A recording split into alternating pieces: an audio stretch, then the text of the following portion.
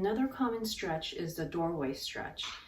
And that's the one where you come up against the doorway. Let's pretend I have a doorway here. You come up against it and you stretch. Come up against the doorway and you stretch into it. So a few tips I want to give for this one is when you're stretching, try to do three angles, 45 degrees here, 90 degrees, and 45 past that 90 degrees. And the reason why I recommend that is so that you can get as many fibers of the pec, of the chest, as possible, because they run different directions. And make sure when you're stretching that you have your shoulder blade down and back. And what that means is that you're opening up that shoulder joint if you can. A lot of people can have shoulders going forward like this. And the reason why that's bad is that when you're stretching like this, you can start to wear down that joint. So you want to get that shoulder blade on top of the back of your rib cage. So opening it up like this. If you're having trouble doing that, what you want to do is to raise your arm up. So whichever angle that you can, let's say at about here. So at about 45 degrees opening here, you can raise your arm up and try to feel for when that weight of your arm goes into your shoulder joint.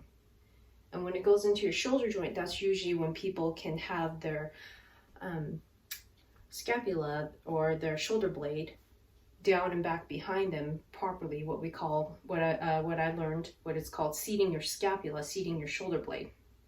So if you're able to bring your arm up like that and have the weight of your arm into your shoulder joint, you can seat your shoulder blade, your scapula, and keep it there while you're doing your stretches. So at 45 degrees, at 90, and at 45, above 90. And another thing you want to try to make sure that you do is that when you're stretching, don't allow your head to hang forward. Oftentimes when you're on that doorway, it's easy to lean forward and let your head go forward like this. You want to keep that spine lined up so that you're stretching without closing off the chest from the neck, going forward like that. So one tip that I like to give people is to line up your head and your neck, and when you're on that doorway, take tiny steps forward, like shuffling forward, and get that stretch in. Okay, take tiny steps to shuffle forward and get that stretch in. And another one is that be aware of the mobility and the discrepancies between one arm and the other. Oftentimes one person, you can have one arm that's more dominant than the other, and therefore the range will be different than one arm versus the other. For example, one might be able to go up this high, but this one can go up that high. Or like what I call opening the pages of a book, one might be able to go this far and the other one can go that far, opening it up even further.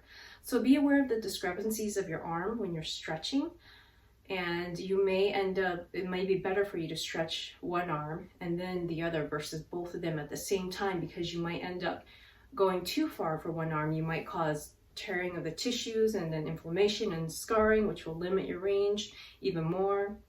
So you might want, I recommend to avoid that. So again, the tips that I recommend are to do 3 angles when you stretch. Try to keep your head and neck lined up.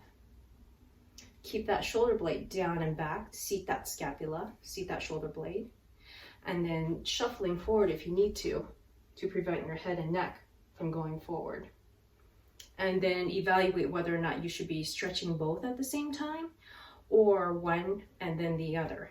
And also, if you're not able to do to go as far and do these 3 angles, just do 3 angles at a level that you are comfortable with, and don't push yourself past a point that you can't stretch, again, because that can cause inflammation, tearing of tissues, and then scarring.